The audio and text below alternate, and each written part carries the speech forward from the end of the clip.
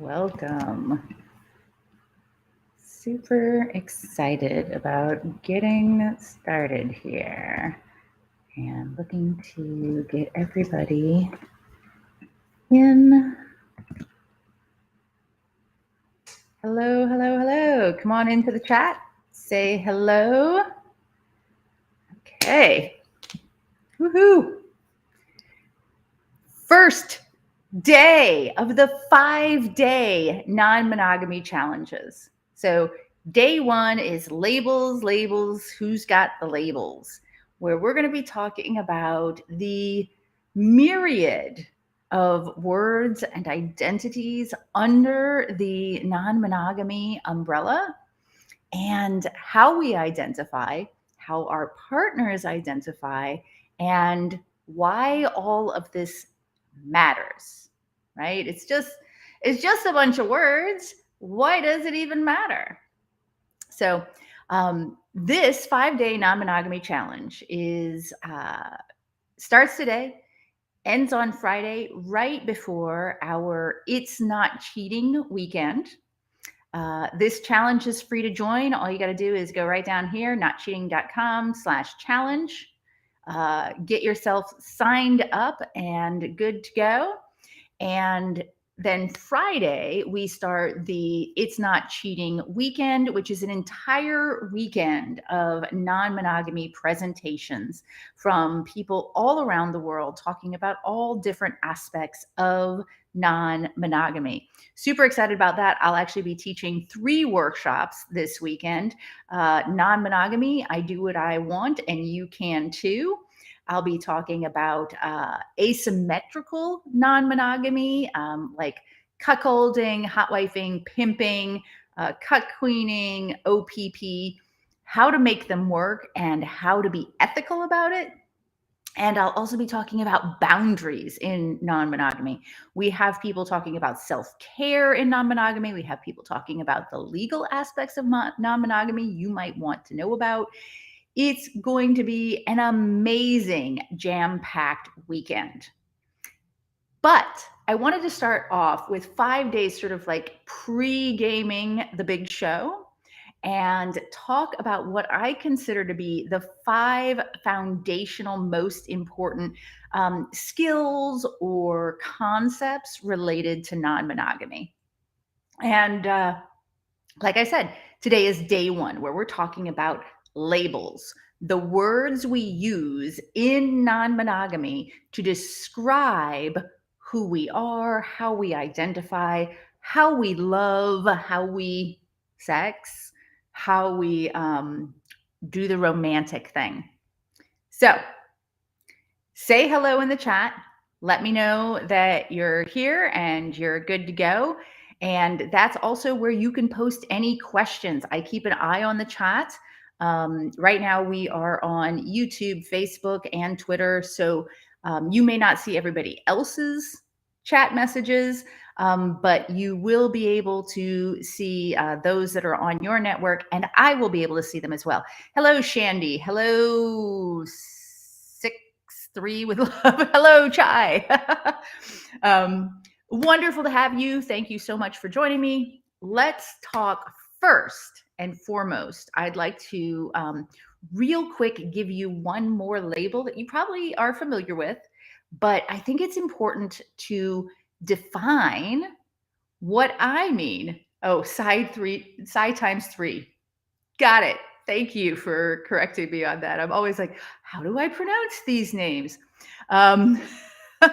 Okay, so a label that you are probably pretty familiar with, I mean, considering you're here, right?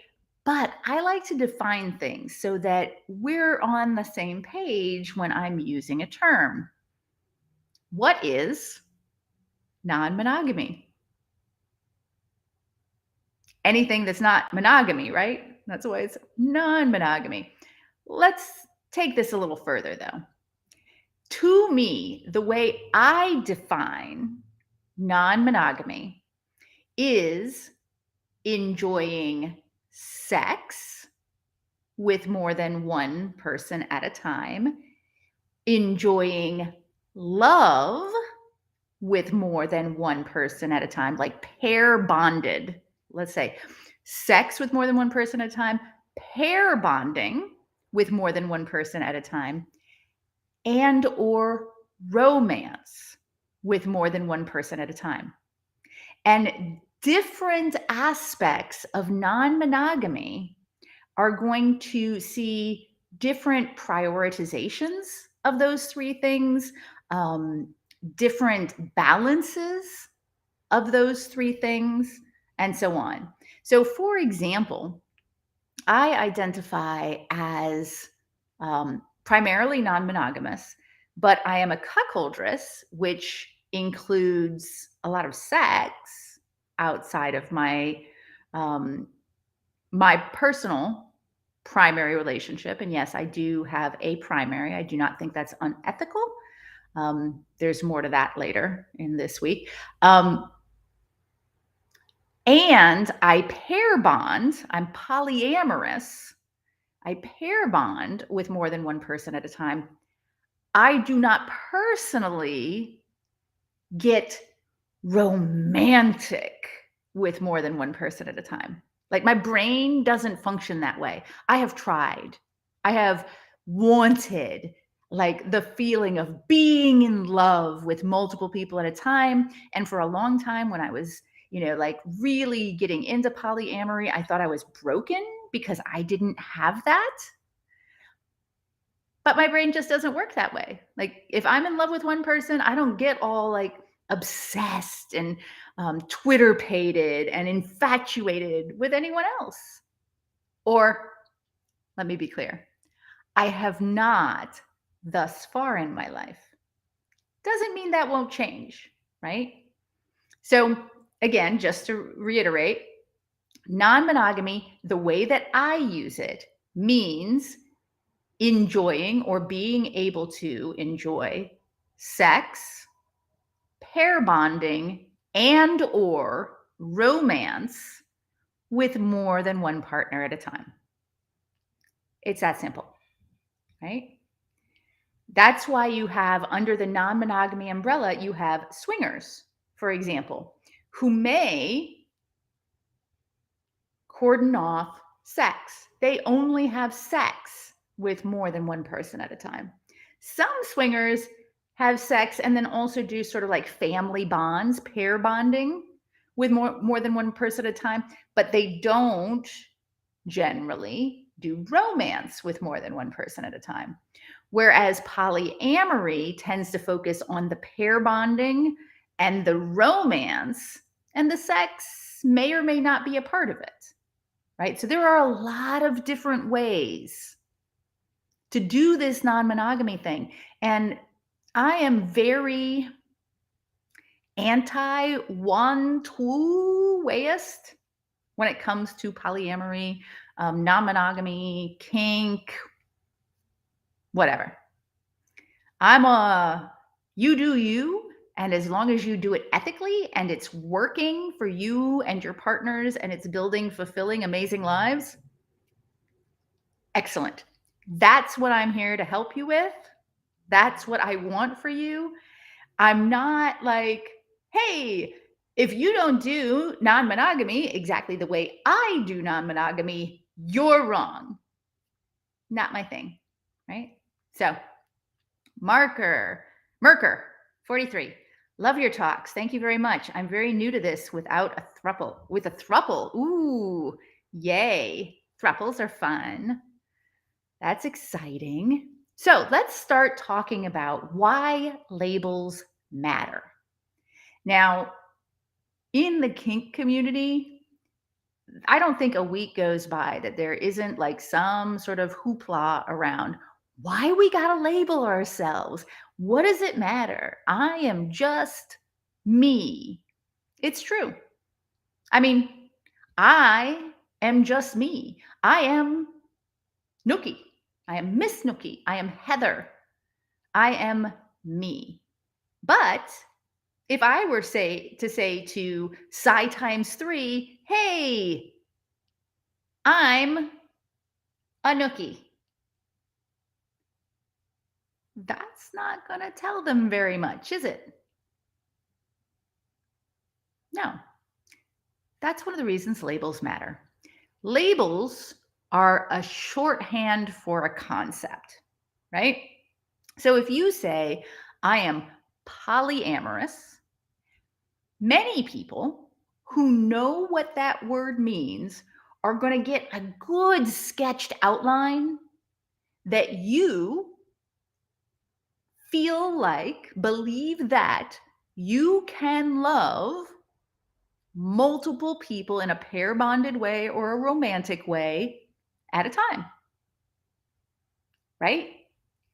This is why labels matter. Because how we use these labels to identify ourselves is how we communicate. It's how we connect with others who may or may not be open to what we want out of life. And if we're going to build our most authentic, like best life with or without non-monogamy, or with or without polyamory or relationship anarchy, or Hotwife or Stag and Vixen or Pimping or whatever it is, if we're going to build our most authentic best lives, we're going to have to do that by communicating with others and finding people who buy in. It's really that simple. So one of my workshops this weekend, the workshop on Saturday that I'm doing, Non-Monogamy, I Do What I Want, and You Can Too, is about just that. It's about the idea that for me, non-monogamy is finding people who want what I want and having relationships within what I call the sweet spot. So for those of you who haven't watched me a lot and haven't, found my sweet spot, so to speak, no, it's not like the wet spot, although sometimes it could be. The sweet spot is a Venn diagram. This is what you want. This is what I want. And that overlap where the two circles lay on top of each other, that's the sweet spot. That's where we build our relationships. And my goal in any relationship I'm in is to build the relationship where we both want it, which is why I say non-monogamy, I do what I want. And I want to show you how to do that too. And that's coming up this weekend in that free workshop. Hello, Anastasia. Welcome.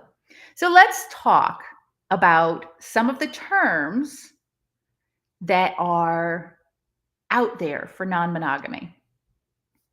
How about if you're in the chat, give me a term, give me some of the non-monogamy words you know of. Like, how would you describe yourself, or how have you heard other people describing themselves? I've already mentioned polyamorous, right? That's one. What other terms are there? Oh, there you go. Open relationship. Yeah, absolutely. Open relationships. Poly-fi. Solo poly. Yeah.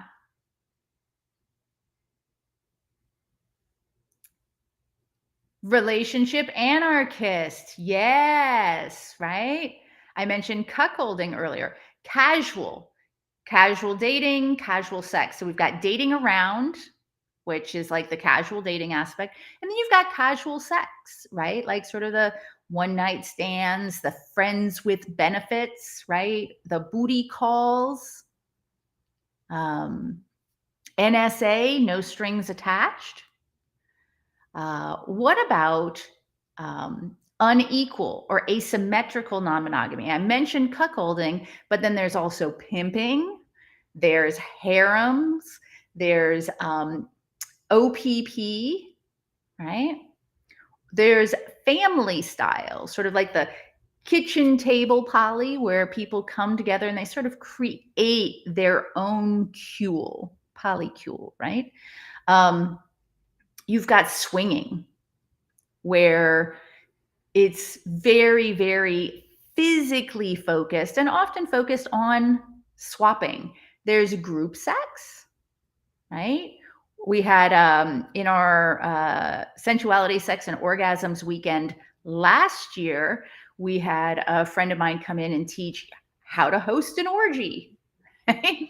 So there's a lot of different words around non-monogamy. And there are a lot of people who are maybe these words in non-monogamy and give serious side eye to those words in non-monogamy. For example, a lot of poly groups, for example, online, really don't like to be compared to swingers because polyamory is many loves and swinging is, as far as they're concerned, many sex, and never the twain shall meet, which is not actually true. I know a lot of people who are both polyamorous and enjoy swinging and or casual sex.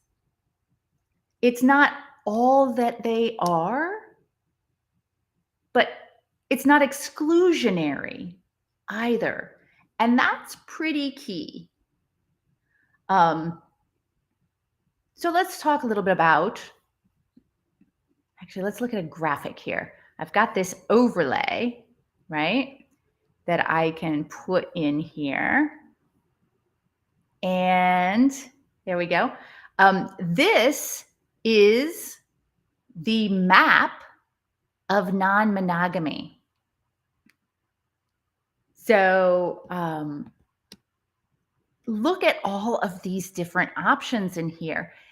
They even include cheating, because while it's not ethical non-monogamy, it's definitely non-monogamy, right?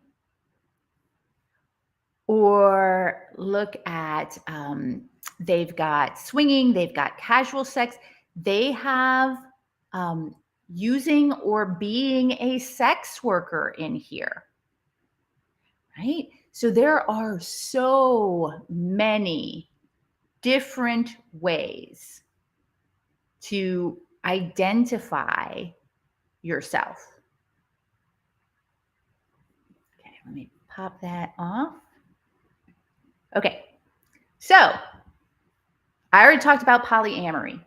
Polyamory is multiple loves. So out of the 3 different types, multiple sexes, multiple loves, multiple romances, polyamory is generally focused on multiple loves and multiple romances, right? When I say I identify as polyamorous, I specifically mean that I pair bond with multiple people. I love multiple people in more than a familial or filial type way, right? Now, when I talk about that and I say I'm polyamorous, I also say I'm monoromantic. And I explain to them that I have not yet fallen in love with more than one person at a time. So that's not something that I'm currently offering. And if that's something that they really want or they're looking for, we're not going to be a good fit. Does that make sense to y'all? Because again, it's about communication. I don't want to lead somebody on or lead them to believe that they can expect something from me that they cannot. Relationship anarchy. So relationship anarchy over the years has morphed quite a bit. These days, when people talk about relationship anarchy, they very specifically focus in on relationship anarchy as being kind of the opposite of hierarchy in relationships. The original definition actually didn't mention anything about hierarchy and left a lot of room open for interpretation. Relationship anarchy is essentially the idea that romantic or pair bonded relationships are not more important than friendships or other types of relationships, and that every relationship has the same opportunity. It will not be held down or held back to become exactly what it needs to become over time, right? So I actually identify as a relationship anarchist in that sense. While I do have a primary, I am not against finding somebody who is sexually pair bonded and romantically engaged with me. I just haven't, as of yet, been able to romantically engage with somebody else. And none of my relationships have specifically gone there. I'm not holding myself back from it. It's just not been there for me. So relationship anarchy is very much a sort of, there are no specific rules that this person has that anyone else in a similar position wouldn't have. So for example, because a lot of people will say, oh, well, I've known you for like 2 weeks, so therefore I should get the same. No. That's not how relationship anarchy works. You've known me for 2 weeks, therefore you should get the same opportunity to grow into trust and bonding and sex and whatever it is that the other people in my life have had. It doesn't mean you'll take the same amount of time. It doesn't mean you'll take the same path. It means you'll have the same opportunities. Does that make sense? If you have any questions at all or comments, hey, if you disagree with me, put it in the chat. I'll be happy to address and answer. Otherwise, I'm just going to keep talking because there is a lot here to sort of uncover and unpack. And again, if you want to make sure and join the challenge so you have access to the replay here, if you and in video and audio format, and so that you can work alongside of us with our daily assignments right there, notcheating.com/challenge. Hey, Roger, all these are open to interpretation. Absolutely.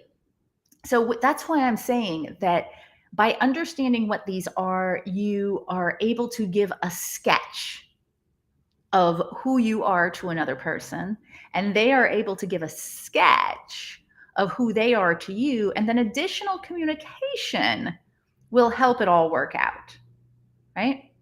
So, open relationships.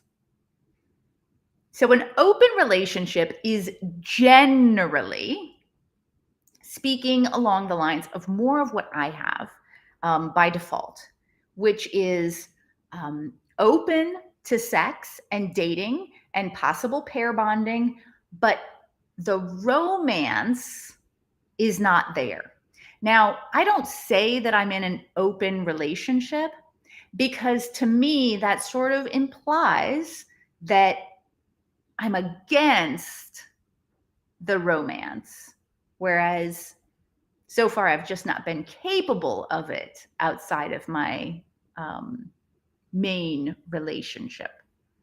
But open relationships are where a lot of couples go who want to enjoy dating and having sex with others, but really, really, really want to protect the core relationship, right? So they tend to focus in on, I have an open relationship. Solo poly. So solo poly is when someone's primary partner is themselves. Their first commitment is to themselves, and they do not necessarily create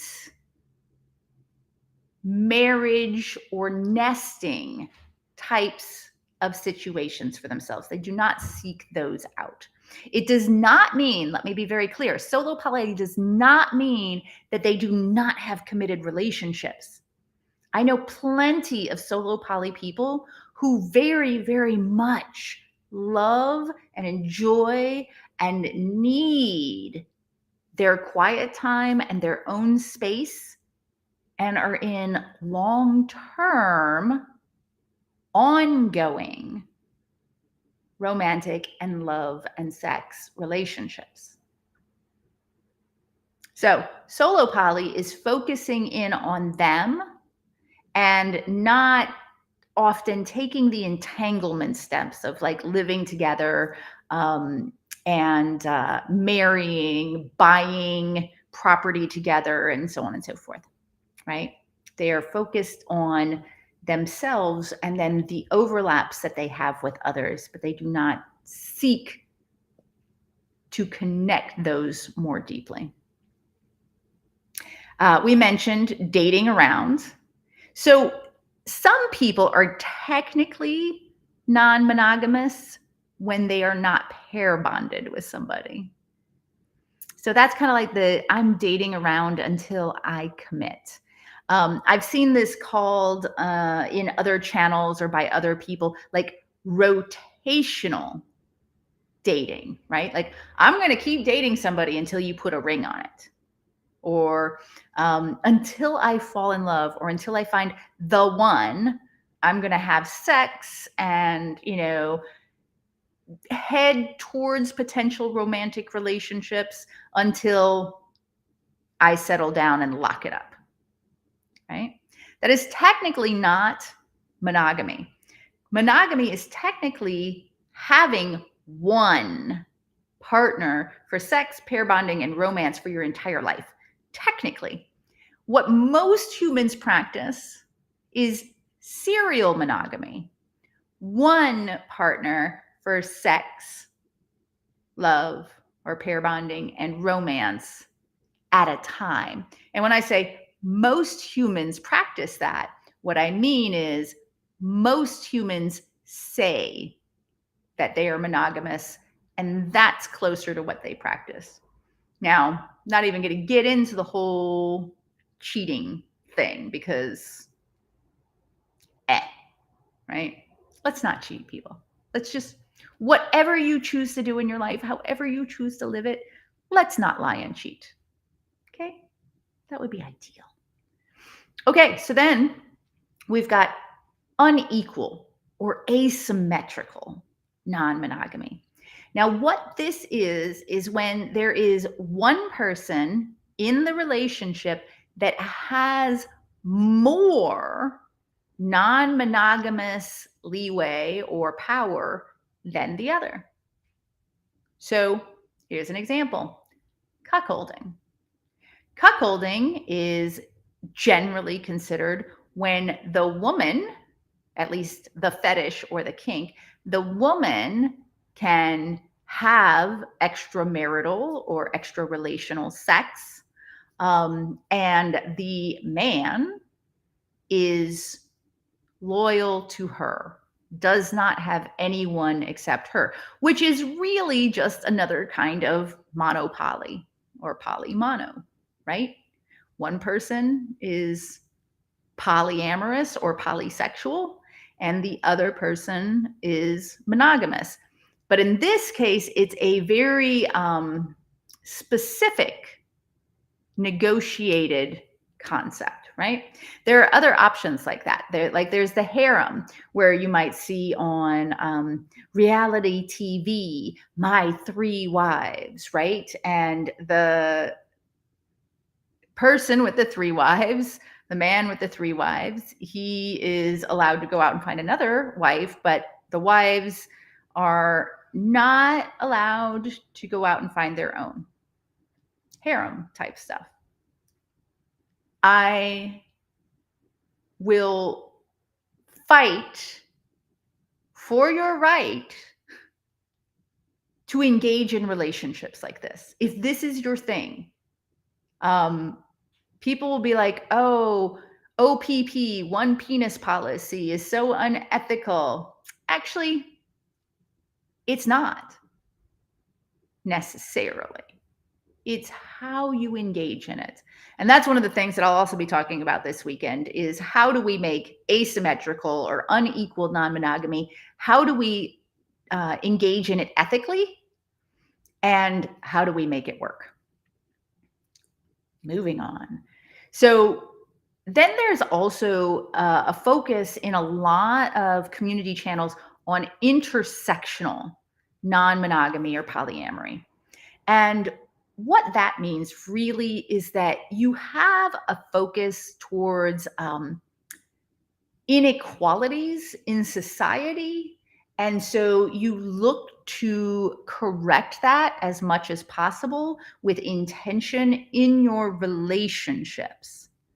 So, focusing in on like there's gender inequalities, sexual inequalities, racial inequalities, monetary or financial inequalities, and so on and so forth. So when somebody talks about being an intersectional polyamorous or an intersectional non-monogamous, what they're talking about is they feel that they are aware or more aware than the average person, and look for ways to correct imbalances. So an example of that might be that, I'm a pretty strong personality and I tend to be a dominant woman in my relationships. The people who are attracted to me tend to be more submissive and they tend to want to make me happy in order to continue relating to me. From an intersectional standpoint, despite the fact that I most often relate with masculine people, and they would normally have the power in society, in a situation like mine, I tend to focus in on the fact that they do not have the same kind of power I do within that dynamic. And so I focus on making sure that communication is strong, flowing both ways, right? Pimping. So that is another asymmetrical or unequal type of non-monogamy where one partner, and you'll see this in like kink a lot, where you have like a dominant who likes to pimp out their submissive for different types of service, including sexual service. So again, this is ethical when it is agreed to by both parties. And by agreed to, I also mean that the agreement is done with an intersectional framework in mind and the obvious potential power imbalances and opportunities to manipulate to get your way by the person with more power are addressed. And the person actually has the opportunity to say no and is encouraged to do so if they don't want to. But I tend to call myself a pimptress because when I have partners that I absolutely adore, I will tell everyone, hey, have you met so and so? They are an amazing date mate. I highly suggest that if you hit it off, you go out. You're going to have a great time, right? Pimping. Now, it can also be more formal in the sense of I require you as my submissive to go over to their house this evening and do as they say. The limits that have been set are X, Y, Z. These are things that cannot happen. But anything within these activities, A, B, C, D, E, and F, may happen, and you are to provide the best service possible. Now, again, that is within a consensual negotiated dynamic, right? But for people who enjoy that kind of dynamic, chef's kiss, right? And then let's talk a little bit about ethical non-monogamy. Why do we have to say ethical non-monogamy? Why isn't it just non-monogamy? I mean, we just say I'm monogamous. We don't say I'm ethically monogamous. Although, honestly, shouldn't we? Like, I don't know. Shouldn't we assure people that we're ethical about what we do? I mean, we shouldn't have to.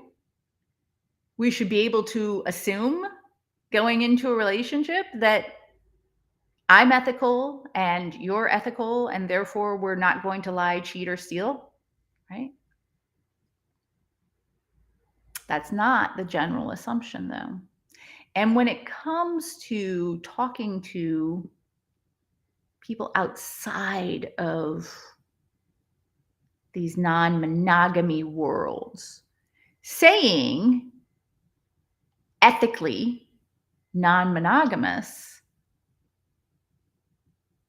gives a clue as to what we're trying to be and how we're trying to do it. And when people say, well, what do you mean by that? Then we can explain it. Now, some people use the term consensually non monogamous.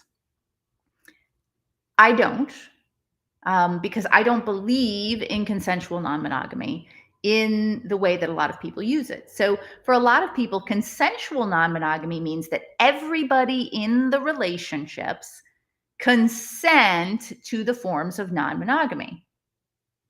And I don't do that because I don't personally let other people give consent to me to practice non monogamy in the way that I choose. Like, even my partner doesn't get a say over how I practice my non monogamy, although I absolutely adore him. And of course, I'm going to pay attention to what he does have to say because he's important to me.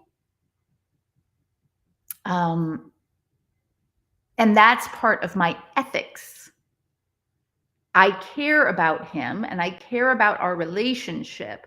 So I keep that in the forefront of my mind when making any decisions. And I'm honest with him and I'm open with him and I don't cheat and I don't lie, right? To me, that's ethical. And that's why I focus on the ethics, what I personally feel are right and wrong ways to behave versus just focusing in on the consensual. Because another thing that I do like to point out is that people can consent to things that are abusive. People can consent to things that are not ethical. People can consent to things that harm them. But that doesn't make any of those things ethical. So that is why I specifically use ethical non-monogamy. Now, let me be clear. I do not look down on anybody who uses consensual non-monogamy. I generally assume that when they're using the term consensual non-monogamy, they mean all of those things I just said. I get a bit pedantic at a time, which is why I'm doing in a whole hour here talking about the words we use in non-monogamy, right? Labels. Hello, Uni. Welcome. Hello, Sabyasachi. Always a pleasure. So let's talk a little bit about this. All of those labels and that map that I put up earlier, I've linked to it in today's challenge post. And once this live is done, I'm going to link the live over there and make today's challenge accessible to everyone who is in the challenge.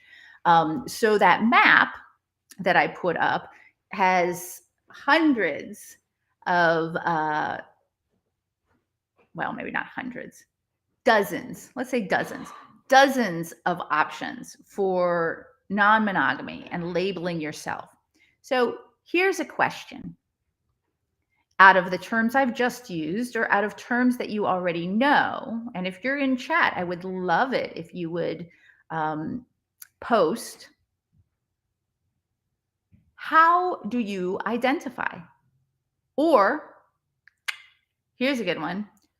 What are you curious about? Maybe you don't yet identify as polyamorous. You don't yet identify as a swinger. What are you curious about? Not saying that you're going to do it, not saying you definitely want to do it, but what are you curious about? What is something you're like, huh, that could be fun. That might be worth reading a little bit more about or trying.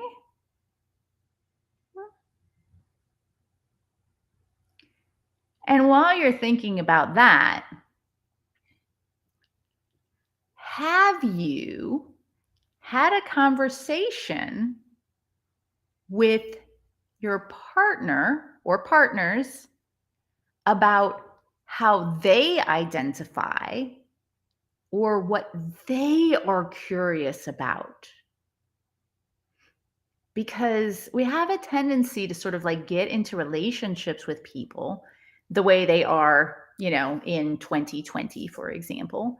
And in 2023, we are still in that same relationship, and they might be changing or curious about something. Have you had that talk with your partner? Hey, Barb's, good to see you. You dream about kitchen table ethical non-monogamy. Awesome. So for those who don't know, kitchen table means that all of the people in the polycule can get together and sit around the kitchen table and be open and honest and have good conversations. Some people, I've heard this called role playing, like D&D, Dungeons and Dragons non-monogamy, because it's like game playing. People can all sit around a table, everybody in the polycule, and can, play a game. There's also like garden party ethical non-monogamy or poly, where you don't necessarily get together and hang out around the table, but if you see each other at parties, you're friendly and engaged and so on and so forth, right? And then there are people who prefer parallel. I don't really know their partners. I don't really want to know their partners. That's okay. We are parallel together, right? And yet other people choose DADT. Don't ask, don't tell. I don't want to know. Just keep it in your own time. I don't want to have to deal with it. I don't want to know. None of my business. Not interested. Hurts like the dickens. No, thank you. Right? Some people do not appreciate don't ask, don't tell. Some people will not date somebody who does don't ask, don't tell. That's their right. It's also your right to choose it if that's what you want to do. Katie says, curious about uneven polyamory. So curious about being the one with the power, or curious about being the one without the power? Which either way, perfectly acceptable, important to discuss, right? How does that look to you in your mind? And what would the partner look like? How would they behave? What would be expected of them? These are the types of things that it's important to kind of figure out in your own head. Like, what is the step I would like to try next? Or what might I research? Or what questions could I ask? Because again, if you go to notcheating.com, or if you just go to notcheating.com in the challenge, if you join the challenge, then you'll automatically get information for this weekend, where I will be doing a 1.5-hour presentation workshop on asymmetrical or unequal non-monogamy. And I'll be talking about that and what that can mean and how to be ethical about it and what is not ethical when you do that. So,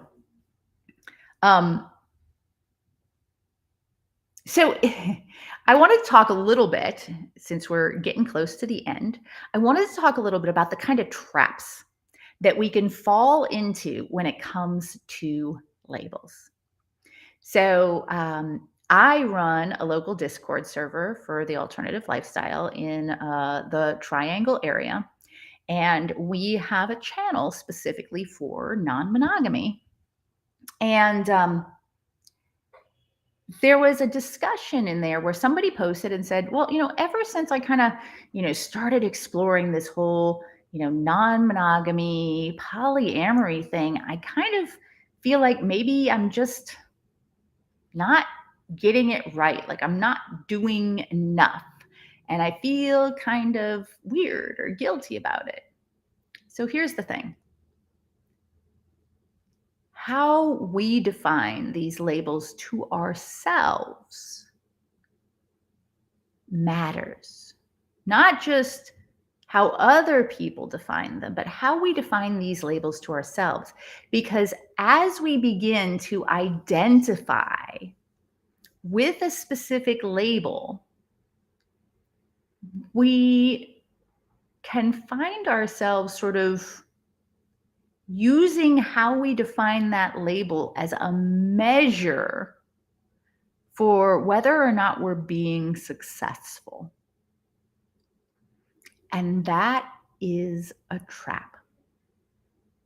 For example, I mentioned earlier that at one point, as I was really digging down into and exploring polyamory, that I thought that I was doing it wrong or I was broken because I didn't get that romance, that twitterpation, that infatuation with anyone other than my partner. It's like I went from friendship and, sexy times and whatever over years to pair bonding love. But I never had that romance, that NRE, that lightheadedness, that dreaming of them all the time and obsessing over them because I already had that with the partner I have. And for me, reading about polyamory and really digging into it, and so many people saying, this is how it happens, made me feel like I was getting it wrong, or I was messing up somehow, or like I said, I was broken. And it's because I was allowing my definition of polyamory to be influenced by a bunch of people who aren't me, who aren't in my relationship, and who have very specific ideas about the one true way of polyamory.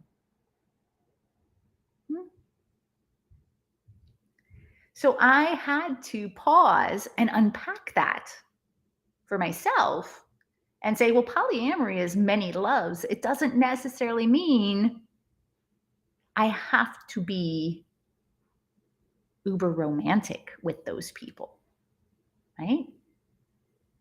It doesn't mean I have to fall in love with every single one of those people. That's ridiculous. But it took a while for my brain to recognize the trap that I had set for myself.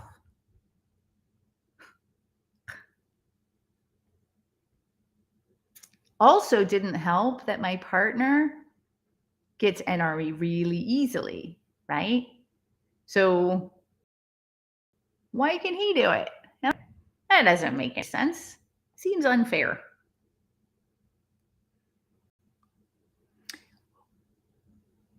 Or if you identify as solo poly,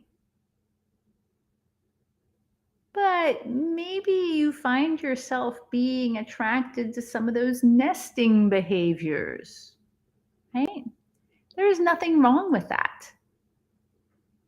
Make sure that your brain does not trap you into something because you've set a label as your identity. Because non-monogamy, as an individual being non-monogamous, and as part of various couples being non-monogamous, can be as flexible and varied as your imagination. And what works with this person may not be perfect for that person. You might have a huge romance and passion with this person, and this person is slow and steady, wins the race, but it feels really nice and we cuddle a lot. And boy, do we really like each other, right?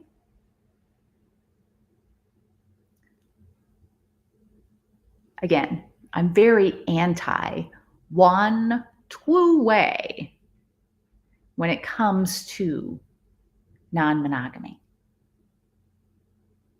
I want you to find your best non-monogamous life, or heck, I want you to find your best monogamous life. If you're monogamous, I'm fine with that. You're just here to learn a little bit, A-okay, right? I'm not here to judge you. What is there to judge? Oh, you're monogamous. No, that's ridiculous. Come on. Humans have a range of experiences and potentials. Not everyone is monogamous. Not everyone is non-monogamous. That's okay. But if you'd like to be non-monogamous more successfully, I hope you'll continue to join me for the challenge and that you'll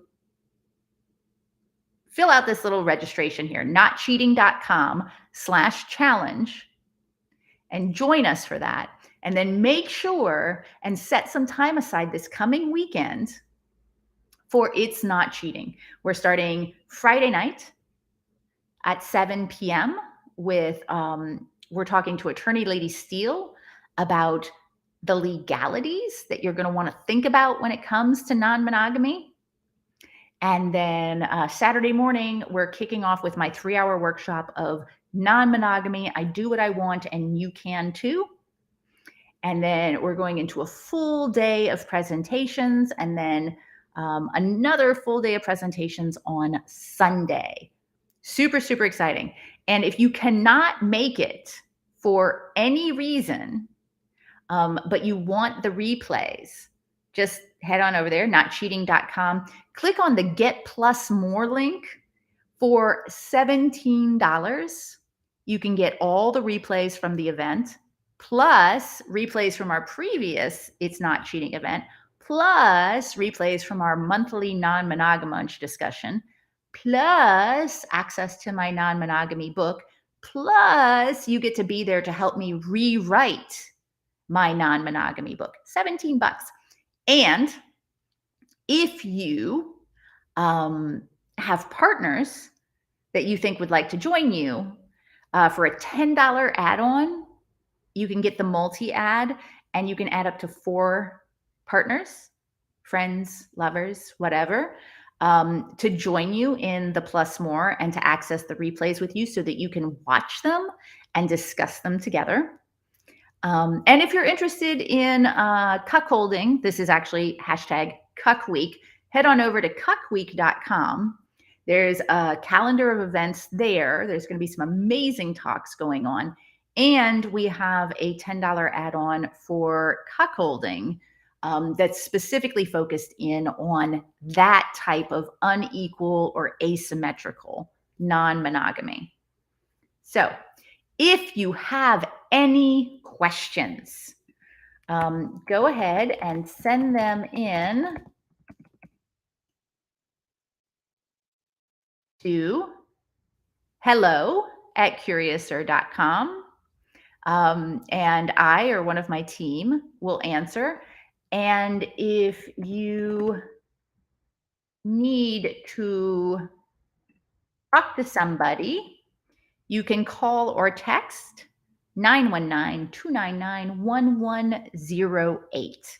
And again, I or my team will get back to you. And if you have questions for the upcoming topics, send them in. Again, hello@curiouser.com. Send them in there and I'll see if I can get them answered. So tomorrow, same time, same channel, day 2, let's open. Stepping into new non-monogamy and expanding existing relationships. So we're gonna be talking about how like change is hard. And whether you are opening up for the first time or you've been in a pretty stable relationship, perhaps over COVID, and now you're starting to open back up, that can actually be difficult too, right? Because it's change. And our brains, our human brains do not respond well to change. So we're going to be talking about opening up. And then on Wednesday is going to be the biggie, the one you all knew was coming. We're going to be talking about the green-eyed monster, jealousy in non-monogamy. On Thursday, our 4th important skill, compersion. No, it is not a magic pill. It is not a cure-all, but it is critically important to living a happy, adjusted life. And I'm going to teach you some of the different types of compersion that we have. And I'm going to explain to you again, because I always talk about this, how compersion does not negate jealousy. You can be both compersive and jealous at the same time. And then day 5, right before the It's Not Cheating weekend, I'm going to share with you the best rules for non-monogamy according to moi. And for those of you who know how I feel about rules, especially, as I teach in my boundaries workshop, this is going to be a treat. So don't forget to tune in for that. But again, join us at notcheating.com/challenge if you want to get in and be a part of the challenge, have access to the replays, and join in the daily assignments with us. And then, of course, head into that It's Not Cheating weekend with all of the different, educational events and so on and so forth. So thank you, all of you, every single one of you, for joining me, whether you were able to make it live or you are watching me sometime in the future on replay. It is a pleasure to have you, and I look forward to seeing you tomorrow.